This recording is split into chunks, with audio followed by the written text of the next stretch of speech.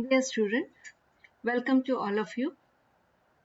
Myself Dr. Rumila Karnawat. मैं आपको chemistry subject पढ़ाऊंगी. Chemistry के अंदर आपके सिलेबस के अंदर 3 पेपर हैं.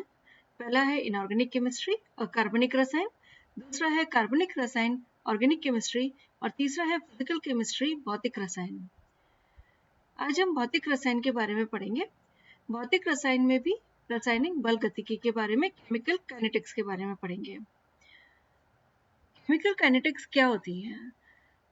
तो केमिकल काइनेटिक्स भौतिक रसायन वह शाखा है जो किसी अभिक्रिया के वेग और उसकी क्रियाविधि से संबंधित होती है. Chemical kinetics is a branch of physical chemistry which deals with the rate of the reaction and its mechanism. इसका तात्पर्य ये हुआ कि कोई भी अभिक्रिया होती है तो वो उसकी गति क्या है, उसकी दर क्या है और उसकी क्या क्रियाविधि है, वो कितने पदों के अंदर संपन्न हो रही है और किस प्रकार वहां पर उत्पाद का निर्माण हो रहा है. ये सारी जो इससे रिलेटेड जो अध्ययन है उसको हम बोलते हैं रासायनिक बल गतिकी, केमिकल काइनेटिक्स. अब इसमें दो इम्पोर्टेंट बात हमें जो दिखाई दे रही है, एक तो है रेट ऑफ द रिएक्शन और दूसरा है मैकेनिज्म. तो सबसे पहले हम देखते हैं कि रेट ऑफ द रिएक्शन क्या होता है. अभिक्रिया का वेग, रेट ऑफ द रिएक्शन का मीनिंग है अभिक्रिया का वेग. तो अभिक्रिया का वेग क्या होता है? Rate of a reaction is equal to change in concentration of reactant oblique product divided by time taken in the change. अभिक्रिया का वेग is equal to अभिकारक oblique उत्पाद की सांद्रता में परिवर्तन divided by परिवर्तन में लगा समय. क्योंकि हम देख सकते हैं कि जो अभिकारक है या उत्पाद है उसकी सांद्रता को बड़ी आसानी से मेजर किया जा सकता है, उसका मापन हम आसानी से कर सकते हैं और समय के साथ साथ उसके अंदर कितना परिवर्तन हो रहा है उसके बारे में हम उसकी निर्धारण कर लेते हैं. जब हम उसका निर्धारण कर लेंगे तो हम किसी भी अभिक्रिया का वेग निर्धारित कर सकते हैं. So when change in concentration of reactant or product is determined and what is the time taken in this change is also determined, then we can determine the rate of the reaction.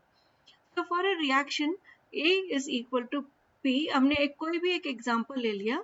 यहाँ पर A जो है एक reactant है और P यहाँ पर एक प्रोडक्ट है. A रिएक्टेंट का तात्पर्य है कि A यहाँ पर एक अभिकारक है और अभिकारक A जो है उत्पाद P के अंदर कन्वर्ट होता जा रहा है.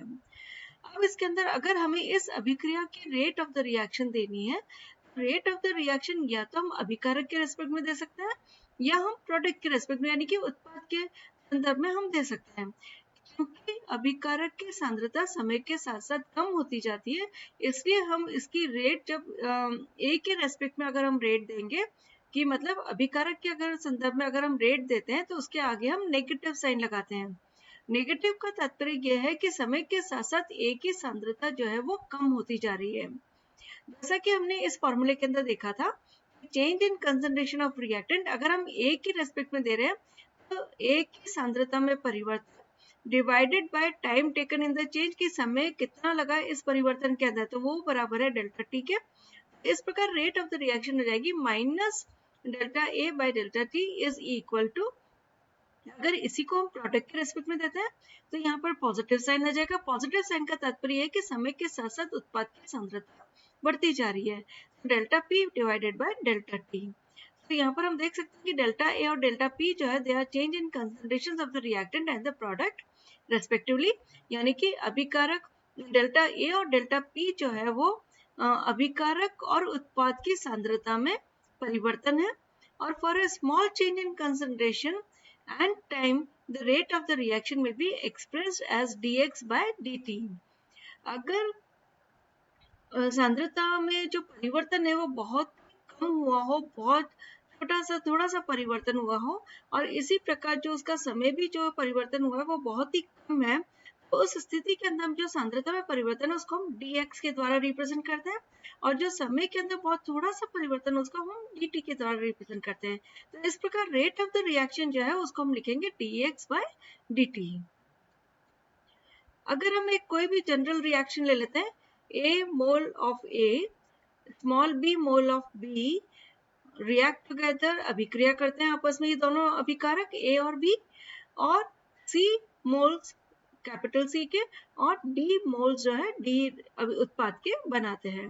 अगर इस प्रकार कोई भी अभिक्रिया हमको दे रखी हो तो उस स्थिति के अंदर जो भी इसके कोफिशिएंट है, जो भी इसके गुणांक है, उसके द्वारा हम एक्सप्रेशन को डिवाइड कर देते हैं।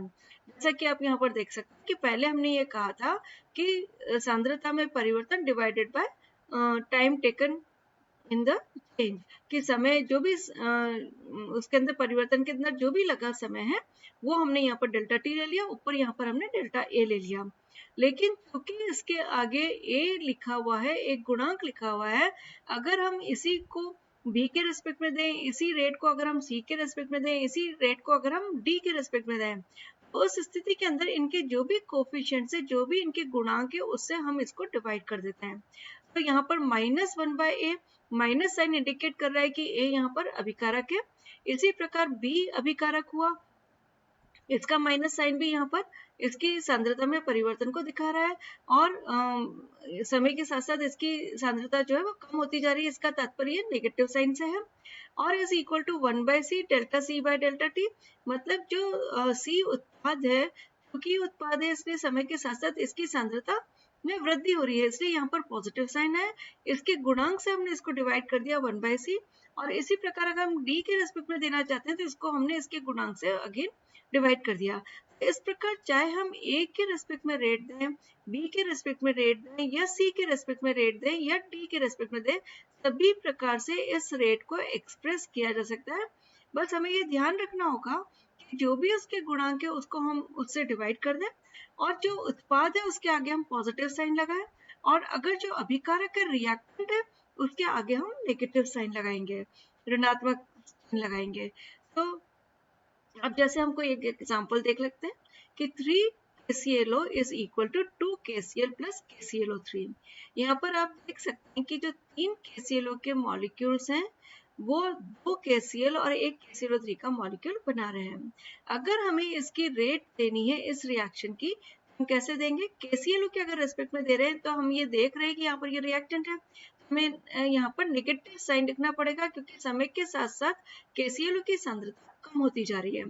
दूसरी चीज, यहाँ पर कोफिशिएंट जो है वो 3 है, उसकी वैल्यू हमने 3 से इसको डिवाइड कर दिया, 3 से इसको हमने भाग दे दिया, तो 1/3 आ गया।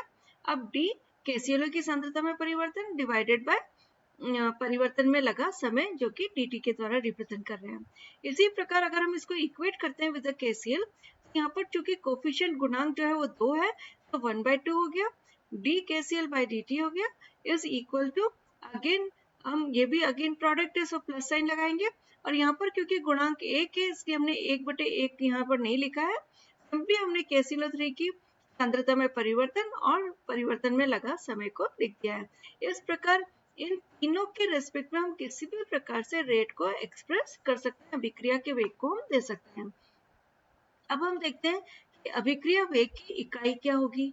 तो अभिक्रिया वेग की इकाई, जैसा कि हमने इसका फॉर्मूला देखा, सांद्रता में परिवर्तन डिवाइडेड बाय टाइम, समय की परिवर्तन में कितना समय लगा है।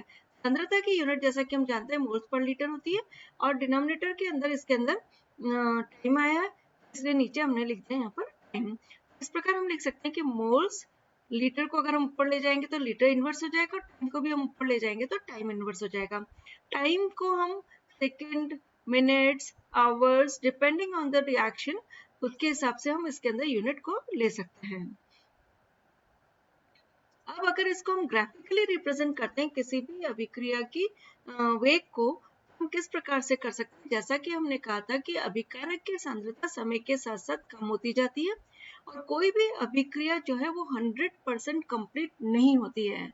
ये हम कैसे कह सकते हैं कि जब हम अभिकारक और समय, अभिकारक की सांद्रता और समय के मध्य में जब ग्राफ खींचते हैं, ये ब्लू कलर की लाइन जो है ये इसको इंडिकेट करती है। आप देख सकते हैं कि समय के साथ साथ सांद्रता में कमी आती जा रही है, और सांद्रता जो में कमी आती जा रही है, लेकिन ये कमी जो है पूरी इसको क्रॉस नहीं कर रही है, इस टाइम की जो एक्सेस है इसको क्रॉस नहीं कर रही है। क्रॉस अगर करती तो इसका मतलब होता कि अभिक्रिया जो है वो 100% कंप्लीट हो गई है, लेकिन यहाँ पर रिएक्टेंट की सांद्रता कम होती गई और फाइनली इस एक्स एक्सिस के ये पैरेलल हो गई है।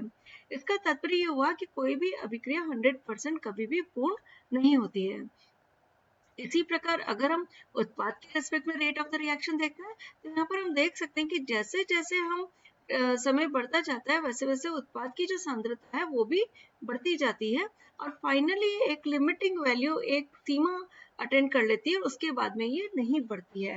इसका तात्पर्य भी अगेन ये इंडिकेट करता है कि ये अभिक्रिया या कोई भी अभिक्रिया जो है वो 100% कंप्लीट हम नहीं मान सकते हैं। अब अगर हमें इस ग्राफ के द्वारा कभी भी अगर रेट ऑफ रिएक्शन निकालनी हो तो हम कैसे निकाल सकते हैं? जैसे कि रिएक्टेंट के रेस्पेक्ट में हमने कहा कि इस टाइप का ग्राफ आ रहा है, ये ग्राफ यहाँ पर सांद्रता और यहाँ पर हमने समय ले लिया और ये ग्राफ आ रहा है। तो इसके अंदर अगर हमें किसी भी पॉइंट के ऊपर रेट ऑफ द रिएक्शन निकालनी है तो हम क्या करते हैं कि उस पॉइंट के ऊपर एक टेंजेंट, एक स्पर्शरेखा ड्रॉ कर लेते हैं, एक स्पर्शरेखा खींच लेते हैं। इस स्पर्शरेखा का जो स्लोप होता है, जो ढाल है, वो ही अभिक्रिया वेग के बराबर होता है। जैसे यहाँ पर अगर हमने ये स्पर्शरेखा खींची तो इस पर्टिकुलर पॉइंट के अंदर हम जो भी सांद्रता के अंदर परिवर्तन है उसको नोट कर लेते हैं, मतलब dy को नोट कर लेते हैं, और x एक्सिस के अंदर मतलब dx को नोट कर लेते हैं, क्योंकि यहाँ पर टाइम है इसलिए हमने इसको dt लिख दिया। dx जो है यहाँ पर सांद्रता में परिवर्तन को दर्शा रहा है।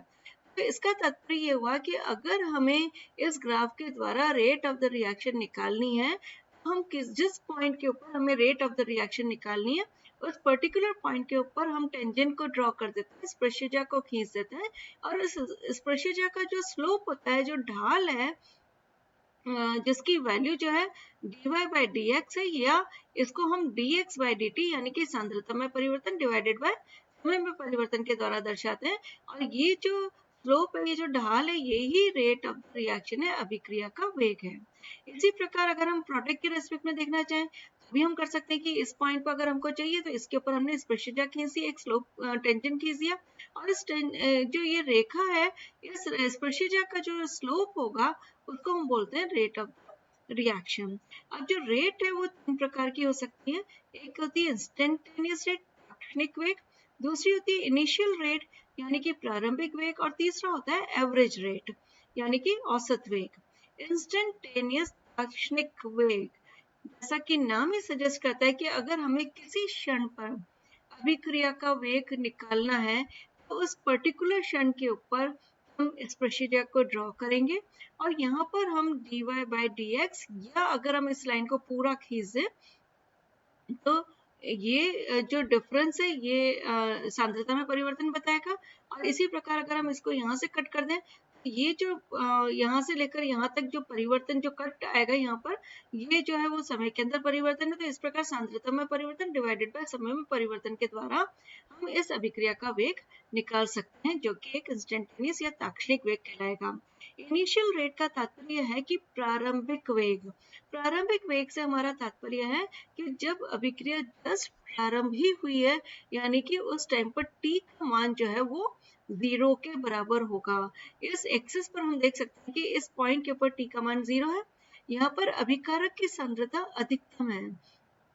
तो अगर हमें प्रारंभिक वेग निकालना है तो यहाँ पर हम एक स्पर्शरेखा खींचेंगे, और जब यहाँ पर हम एक स्पर्शरेखा खींचेंगे और उसका अगर हम स्लोप निकालते हैं तो वो इनिशियल रेट यानी कि प्रारंभिक वेग के बराबर होगा। इसी प्रकार प्रोडक्ट में भी हम देख सकते हैं कि यहाँ पर जो 0 वाला पॉइंट है, अगर इस पॉइंट पर अगर हम कोई स्पर्शरेखा खींचते हैं और अगर हम स्लोप निकाल लेते हैं तो उसको हम प्रारंभिक वेग कहते हैं। एवरेज रेट, औसत वेग, जैसा कि हम जानते हैं कि औसत का तात्पर्य बहुत कोई स्मॉल चेंज से नहीं होता, बहुत कम परिवर्तन से नहीं होता। इसके अंदर जो परिवर्तन है वो सिग्निफिकेंट होना चाहिए। सिग्निफिकेंट का मतलब है कि अच्छा परिवर्तन होना चाहिए जो कि हमको अच्छे से दिखाई पड़े।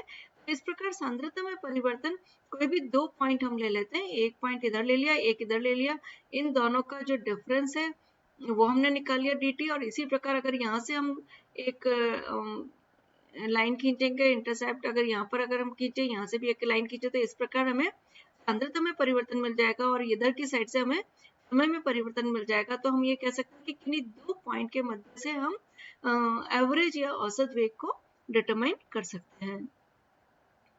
अब order of a reaction and molecularity of a reaction, बहुत इंपॉर्टेंट टॉपिक्स होते हैं। एक है अभिक्रिया की कोटि और दूसरा है अभिक्रिया की अणुसंख्यता। तो अभिक्रिया की कोटि क्या होती है? अभिक्रिया की कोटि की अगर हम डेफिनेशन देते हैं तो it is the sum of the power raise to concentration terms of reactant in rate expression. कि वेग व्यंजक के अंदर जितने भी अभिकारक आते हैं उनकी जो सांद्रता के पद हैं, उनकी जो घात है, उसके योग के बराबर अभिक्रिया की कोटि होती है। इसको बेटर हम एक एग्जांपल के द्वारा, एक उदाहरण के द्वारा समझते हैं। जैसे कि यहाँ पर आप देख सकते हैं कि जो ए रिएक्टेंट है उसके ए मोल लिए हमने, बी रिएक्टेंट के ये स्मॉल बी मोल लिए, और इसी प्रकार सी रिएक्टेंट के सी मोल लिए, जो आपस में अभिक्रिया कर प्रोडक्ट का निर्माण कर रहे हैं। अब अगर हमें अभिक्रिया का वेग देना है तो हम ये कहते हैं कि जो अभिक्रिया का वेग है वो अभिकारकों की सांद्रता के समानुपाती होता है। तो dx by dt, जैसा कि हमने पूर्व में देखा था कि अगर स्मॉल चेंज के लिए हम देते हैं रेट ऑफ द रिएक्शन हम इस प्रकार से दे सकते हैं dx by dt that would be directly proportional to the concentrations of reactants। तो A की कंसंट्रेशन के समानुपाती होगा, B की कंसंट्रेशन के समानुपाती होगा, इसी प्रकार C की कंसंट्रेशन के भी समानुपाती होगा। क्योंकि यहाँ पर A मोल, B मोल और C मोल है, इसलिए हमने इसकी पावर जो है वो A, B और C कर दी है। और अब अगर इसको प्रोपोर्शनलिटी कांस्टेंट समानुपाती का अगर हम हटाते हैं तो यहाँ पर एक स्थिरांक आएगा, एक कांस्टेंट आएगा। तो dx by dt is equal to k, और बाकी पूरा एज इट इज ही है a, b एंड c, और a to the power a, b to the power b, c to the power c। इस प्रकार यहाँ पर ये जो एक्सप्रेशन है, ये जो व्यंजक है, इसको हम वेग व्यंजक कहते हैं, यानी कि रेट एक्सप्रेशन कहते हैं। डेफिनेशन के अंदर हमने कहा था कि रेट एक्सप्रेशन में जितनी भी कंसंट्रेशन टर्म्स आएंगे, जितने भी सांद्रता के पद आएंगे, उन सांद्रता के पदों की घात, पावर यहाँ पर C है, यहाँ B है और यहाँ A है, इन तीनों घातों के योग के बराबर इसके अभिक्रिया की कोटि होती है। इसका तात्पर्य ये हुआ कि अगर हम यहाँ पर अभिक्रिया की कोटि या ऑर्डर ऑफ रिएक्शन को डिटरमाइन करना चाहते हैं तो हम A को, B को और C को अगर तीनों को ऐड कर देंगे, तीनों को अगर हम जोड़ देंगे तो N के बराबर हो जाएगा, यानी कि अभिक्रिया की कोटि के बराबर होगा। हमें एक बात बहुत अच्छे से ध्यान कर लेनी चाहिए कि अभिक्रिया की कोटि और अभिक्रिया की रसायनकरण मिति दोनों बिल्कुल अलग अलग हैं। स्टोइकियोमेट्री ऑफ रिएक्शन या अभिक्रिया की रसायनकरण मिति से तात्पर्य है कि अभिकारक के कितने मोल रिएक्ट कर रहे हैं, अभिक्रिया कर रहे हैं, और कितने मोल उत्पाद के बना रहे हैं। ये हम इसको बोलते हैं स्टोइकियोमेट्री, यानी कि अभिक्रिया की रसायनकरण मिति। तो ये total number of reactant molecule की जितनी संख्या है उन सभी से ये संबंधित होता है, लेकिन ऑर्डर जो अभिक्रिया की कोटि है वो सभी अभिकारकों के जो मॉलिक्यूल्स जो भी हैं उन सब के द्वारा संबंधित नहीं होता। वो किसके द्वारा संबंधित होता है? जो सिर्फ वेग व्यंजक के अंदर आते हैं। यानी कि यहाँ पर अगर ये तीनों, इस अभिक्रिया के तीनों व्यंजक के अंदर तीनों अभिकारक आ गए तो तीनों के ऊपर निर्भर करेगा। लेकिन यहाँ पर ए, बी और सी का मान कुछ भी हो सकता है, जीरो भी हो सकता है। जीरो का तात्पर्य क्या हुआ कि ए के ऊपर डिपेंड नहीं करेगा, क्योंकि हम जानते हैं कि x to the power 0 is equal to 1 होता है। जब ये रहेगा ही नहीं एक्सप्रेशन तो इसके ऊपर डिपेंड ही नहीं करेगा। इस प्रकार वेग व्यंजक के अंदर जितने भी अभिकारक आ रहे हैं उनके घातांकों के योग के बराबर अभिक्रिया की कोटि होती है, जो अभिक्रिया की रसायनकरण मिति से बहुत भिन्न होती है। अब अगर कोई अभिक्रिया, जैसे हम देख सकते हैं कि कभी किसी अभिक्रिया के अंदर रसायनकरण मिति के द्वारा देखते हैं कि कभी किसी अभिक्रिया को जब हम बैलेंस करते हैं तो वहां पर टोटल जो रिएक्टेंट के मॉलिक्यूल से अभिकारक अणु है उनकी संख्या 3 हो सकती है, 5 हो सकती है, 7 हो सकती है। 7 के साथ तो एक साथ अभिक्रिया कर नहीं सकते। तो उस स्थिति के अंदर क्या होता है कि अभिक्रिया जो है कई स्टेप्स, कई पदों के अंदर संपन्न होती है। जब बहुत सारे पद एक साथ संपन्न होते हैं तो उसमें से जो स्लोएस्ट पद होता है, जो सबसे धीमी गति वाला पद होता है, उसको हम वेग निर्धारक पद कहते हैं। इसका तात्पर्य ये हुआ कि वेग निर्धारक पद में जो भी अभिकारक भाग लेंगे उनकी सांद्रता पर अभिक्रिया की कोटि निर्भर करेगी। आपको ये बहुत अच्छे से डिफरेंस समझ लेना चाहिए कि जो वेग निर्धारक पद है, रेट डिटर्मिनिंग स्टेप है, वो सबसे स्लोएस्ट स्टेप होता है। इसको हम बहुत अच्छे एक एग्जांपल के द्वारा समझ सकते हैं। जैसे एक मंदिर है और मंदिर के अंदर आरती हो रही है और बाहर टर्न स्टाइल एक चक्री लगी हुई है। उस चक्री के द्वारा एक एक व्यक्ति प्रवेश कर सकता है, सबको अंदर आरती के अंदर पहुंचना है। अब अगर सपोजिंगली कोई ओल्ड पर्सन आ गया तो उसको चक्री को क्रॉस करने में थोड़ा सा टाइम लगेगा। जो ओल्ड पर्सन के बाद वाले जो लोग जो लाइन में खड़े हुए हैं, क्यू में खड़े हुए हैं, उनका उस आरती के अंदर पहुंचना किस बात पर डिपेंड करेगा कि ओल्ड पर्सन धीरे से उस चक्री को क्रॉस करेगा और जब वो निकल जाएगा वहां से, वो कितनी देर में निकलेगा उसके ऊपर, उसके बाद वाले जो भी मेंबर्स हैं उनका अंदर जाना उनके ऊपर डिपेंड करेगा कि उसको कितना समय लग रहा है। इसका क्या तात्पर्य हुआ कि जो भी धीमा होता है पद, उसके ऊपर अभिक्रिया का वेग निर्भर करता है, और जो धीमी गति का जो पद होता है वो ही वेग निर्धारक पद होता है, रेट डिटर्मिनिंग स्टेप होता है। रिले रेस भी इसका बहुत अच्छा एग्जांपल है। जैसे रिले रेस में 4 अगर खिलाड़ी भाग लेते हैं, पहला खिलाड़ी दूसरे को देगा, दूसरा तीसरे को देगा, तीसरा चौथे को देगा, तो अगर इनमें से कोई भी एक स्लो भागता है तो उस स्थिति में क्या होगा कि उस स्लो वाले की स्पीड कितनी रहती है, उन रिले रेस में उन खिलाड़ियों का जीतना किसके ऊपर डिपेंड करेगा कि जो सबसे स्लोएस्ट है। तो इस प्रकार धीमी गति का जो पद होता है वो हमेशा वेग निर्धारक पद होता है। अब इसको हम बहुत अच्छे एक एग्जाम्पल के द्वारा देखते हैं कि पर सल्फेट है और वो आयोडाइड के साथ अभिक्रिया करके सल्फेट और आयोडीन बनाता है। ये हमें देखने में ऐसी लग रही है अभिक्रिया की रसायन केमिस्ट्री देखें हम तो, एक पर सल्फेट का जो मॉलिक्यूल है वो 2 आयोडाइड के मॉलिक्यूल के साथ रिएक्ट करता है और 2 सल्फेट के और 1 आयोडीन का बना लेता है। अब हम देखते हैं कि ये अभिक्रिया 2 पदों के अंदर संभव होती है। अब जब 2 पदों के अंदर, 2 स्टेप्स के अंदर संपन्न हो रही है, पहले स्टेप के अंदर H2A2 नेगेटिव जो है वो I माइनस के साथ अभिक्रिया कर एक इंटरमीडिएट, एक मध्यवर्ती कॉम्प्लेक्स बना लेता है, एक मध्यवर्ती संकुल बनाता है H2O8I। और चूंकि यहाँ 2 नेगेटिव और 1 नेगेटिव है, 3 नेगेटिव यहाँ पर एक इंटरमीडिएट कॉम्प्लेक्स के ऊपर चार्ज आ गया। अब सेकेंड स्टेप के अंदर ये दूसरे आयोडाइड के मॉलिक्यूल के साथ जो कॉम्प्लेक्स बनाता है वो इंटरैक्ट करता है और सल्फेट और आयोडीन बना लेता है। और यहाँ पर हम देखते हैं कि जो पहला वाला पद है वो स्लोएस्ट स्टेप है या धीमी गति का पद है, या इसको हम बोल सकते हैं वेग निर्धारक पद है। इसका तात्पर्य ये हुआ कि जो अभिक्रिया का वेग होगा उसका जब हम वेग व्यंजक लिखेंगे, उस वेग व्यंजक के अंदर परसल्फेट का एक मॉलिक्यूल और आयोडाइड का एक मॉलिक्यूल आएगा। इसका मतलब ये हुआ जब इसकी घात 1 आएगी, इसकी भी घात 1 आएगी, 1+1 यानी कि ये सेकेंड ऑर्डर रिएक्शन होगी इसमें, क्योंकि जो सांद्रता पद है उसकी जो पावर है वो यहाँ पर, क्योंकि इसका एक मॉलिक्यूल है तो एक आएगी, इसका भी एक मॉलिक्यूल काम में कर रहा है, एक आयोडीन का जो 1 मोल काम में ले रहा है, तो इसका मतलब एक एक अगर दोनों का आएगा तो जो अभिक्रिया का जो कोटि होगी वो हो जाएगी। नेक्स्ट इंपॉर्टेंट टर्म है मॉलिक्युलरिटी ऑफ अ रिएक्शन। मॉलिक्युलरिटी किसी भी अभिक्रिया की अणु संख्यता क्या होती है? अणु संख्यता से तात्पर्य है कि जब अभिक्रिया कई पदों के अंदर संपन्न होती है, एक मूल पद के अंदर कितने नंबर ऑफ मॉलिक्यूल्स, कितने अणु, कितने परमाणु या कितने मूलक भाग ले रहे हैं, वो जो संख्या है उसको हम बोलते हैं मॉलिक्युलरिटी ऑफ अ रिएक्शन। अब मॉलिक्युलरिटी के आधार पर, अणु संख्यता के आधार पर हमने अभिक्रियाओं को 3 भागों के अंदर डिवाइड किया। पहला है यूनिमॉलिक्यूलर रिएक्शन, एक अणुक अभिक्रिया। एक अणुक अभिक्रिया यूनिमॉलिक्यूलर रिएक्शन जैसा कि नाम से ही सजेस्ट होता है कि इसके अंदर एक मॉलिक्यूल ही पार्टिसिपेट करता है। इसी प्रकार दूसरे प्रकार की अभिक्रिया होगी बायोमॉलिक्यूलर रिएक्शन, यानी कि द्वि अणुक अभिक्रिया। द्वि अणुक जैसा कि नाम से ही सजेस्ट हो रहा है कि इसके अंदर 2 अणु जो है वो भाग लेते हैं। और तीसरा है मॉलिक्यूलर रिएक्शन, यानी कि 3 जिसके अंदर अगर अणु भाग लेते हैं तो उसको हम बोलते हैं मॉलिक्यूलर रिएक्शन।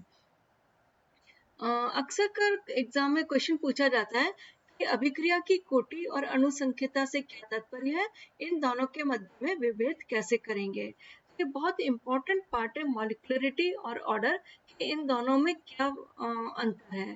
तो जैसा कि हमने देखा था कि जो केमिकल रिएक्शन की प्रत्येक स्टेप है उसके अंदर कितने नंबर ऑफ मॉलिक्यूल्स, एटम्स या आयंस पार्टिसिपेट कर रहे हैं, उसको हम मॉलिक्युलरिटी कहते हैं। और जबकि जो ऑर्डर है, ये sum of the power raised on concentration terms in the rate expression. वेग व्यंजक के अंदर जो भी सांद्रता पद है, उसके ऊपर लगी हुई जो घात है, उसके सम के बराबर, उसके योग के बराबर होता है। मॉलिक्युलरिटी कभी भी जीरो नहीं हो सकती है, ये शून्य कभी भी नहीं हो सकती है, ये कभी भी भिन्न फॉर्म में भी नहीं हो सकती कि जो मॉलिक्यूल है उसका 1/4 भाग यहाँ पर पार्टिसिपेट कर रहा है, ऐसा हम कभी नहीं कहते। कभी भी भिन्न नहीं होगी, फ्रैक्शनल नहीं होगी, और कभी भी ये जीरो नहीं होगी। ऑर्डर ऑफ अ रिएक्शन जो है, ये जीरो भी हो सकता है, ये फ्रैक्शनल भी हो सकता है, और ये पूर्णांक भी हो सकता है। मतलब ये जीरो जीरो किसी अभिकारक की अगर सांद्रता के ऊपर निर्भर नहीं करेगी अभिक्रिया का वेग, तो उसके अंदर हम कहेंगे कि ये जीरो ऑर्डर रिएक्शन है, कि इसके अंदर जो अभिक्रिया की कोटि है वो जीरो हो जाएगी। और इसी प्रकार फ्रैक्शनल भी हो सकता है, 1/2, 3/2, कुछ भी हो सकता है ऑर्डर। पूर्णांक भी हो सकता है, जैसे मॉलिक्युलरिटी जो है वो पूर्णांक की होती है। जो अणुसंख्यता है वो एक सैद्धांतिक मान है। हम ये मान के चलते हैं कि इस पद के अंदर इतने पदों के अंदर होती है, इतने पद के अंदर इतने इतने मॉलिक्यूल्स रिएक्ट कर रहे हैं। जब हम मैकेनिज्म निकालते हैं तो हम स्टेप्स देते हैं, तो हर पद के अंदर हम सैद्धांतिक रूप से डिसाइड करते हैं और उसको बैलेंस कर लेते हैं। इसके आधार पर हम ये कह सकते हैं कि सैद्धांतिक मान है।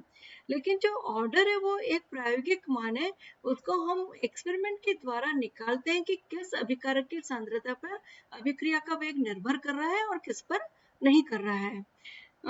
It is sign for each elementary step of mechanism. जैसे कि हमने पहले भी देखा था कि क्रिया विधि के प्रत्येक पद के ऊपर ये निर्भर करता है, और ये जो है ऑर्डर जो है वो ओवरऑल रिएक्शन का होता है। इसका तात्पर्य है कि संपूर्ण जो अभिक्रिया है उसका ऑर्डर हमेशा ओवरऑल उसी का हम ऑर्डर देखते हैं। मतलब ये नहीं कहते कि इस पद का ऑर्डर ये है, सेकंड पद का ऑर्डर ये है। हम पूरे जितने भी पद हैं उसका सम्मिलित रूप से ऑर्डर एक, कोई भी एक बताएंगे, चाहे एक हो तो एक बोलेंगे, दो है तो दो बोलेंगे, तीन है तो उसका ऑर्डर हम तीन बोलेंगे। It is independent of pressure and temperature. Molecularity जो है वो दाब और ताप जैसे कारकों पर निर्भर नहीं करती है। और जो ऑर्डर है वो समटाइम्स स्यूडो ऑर्डर रिएक्शंस के लिए जो छद्म कोटि की अभिक्रिया होती है उसके अंदर दाब, ताप या सांद्रता के ऊपर निर्भर कर सकता है।